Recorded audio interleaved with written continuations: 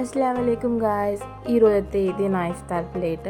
మేమైతే ఫస్ట్ ఇఫ్తారీ అయితే ఖజూర్తో ఓపెన్ చేస్తాము. ఆ తర్వాత ఈరోజైతే ఏమంటారు ఆనియన్ సమోసా అనేది చేశాను. సో ఇక్కడ నేనైతే కొంచెం ఇమ్లీ చట్నీతో తిన్నాను. చాలా యమ్గా వచ్చింది గాయస్. స్టఫింగ్ కూడా చాలా స్పైసీగా బాగుంది. సో దానికోసం సమోసా షీట్స్ నేను ఆర్డర్ చేసుకున్నాను. ఫస్ట్ అయితే రెసిపీ చూసేద్దాం.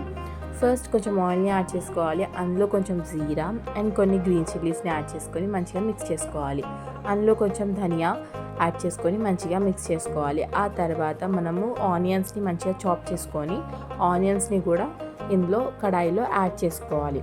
ఆ తర్వాత కొంచెం సాల్ట్ అండ్ కొంచెం పసుపుని యాడ్ చేసుకొని బాగా మిక్స్ చేసుకోవాలి. ఆ లోపల మనకి ఆనియన్స్ అనేవి మంచిగా మగ్గుతుంది. ఆనియన్స్ కొంచెం మంచిగా కుక్ అయిన తర్వాత అందులో కొంచెం జింజర్ గార్లిక్ పేస్ట్ని యాడ్ చేసుకోవాలి.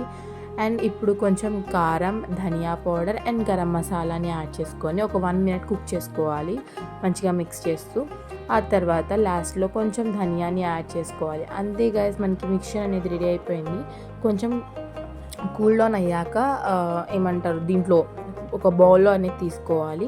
సో ఆ తర్వాత పోహా రైస్ క్రాకర్స్ అంటాం చూడండి, అది మంచిగా కొంచెం క్రష్ చేసుకొని యాడ్ చేసుకొని మిక్స్ చేసుకోవాలి. దీని ద్వారా ఏంటి అంటే ఏదైతే ఆనియన్లో ఉన్న మాయిశ్చర్ అనేది మనకి వెళ్ళిపోతుంది ఆ పోహా అనేది తీసుకుంటే. సో మనకి క్రిస్పీనెస్ అనేది ఉంటుంది సమోసాలో, సాగీగా అనేది అవ్వదు మనకి సమోసా. సో ఇది మనం మైదా అండ్ వాటర్తో పేస్ట్ చేసుకొని పెట్టుకోవాలి. ఎందుకంటే దీనివలన ఇప్పుడు మనకి సమోసా అనేది మంచిగా బ్రేక్ డౌన్స్ ఏం లేకుండానే సమోసా అనేది మనకి రెడీ అయిపోతుంది. ఫస్ట్ ఇలా మంచిగా ఫోల్డ్ చేసుకున్న తర్వాత అందులో ఏదైతే స్టఫింగ్ ఉందో ఆనియన్ స్టఫింగ్ అది యాడ్ చేసుకొని ఆ మైదా పేస్ట్ అనేది మంచిగా మనము స్ప్రెడ్ చేసుకోవాలి. సో అప్పుడు మనకి సమోసా అనేది మంచిగా స్టిక్ అయిపోతూ ఉంటుంది. దీని ద్వారా ఏ ఫిల్లింగ్ అనేది మనకి బయటికి రాదు. సో ఇలా అన్ని సమోసాలు రెడీ చేసుకోవాలి ఇలా షేప్లో. ఆ తర్వాత మంచిగా ఇప్పుడు నేనైతే డీప్ ఫ్రై చేయట్లేదు, ఎయిర్ ఫ్రై చేస్తున్నా. సో కొంచెం బ్రష్తో ఆయిల్ని మంచిగా 2 sides అనేది స్ప్రెడ్ చేసుకోవాలి.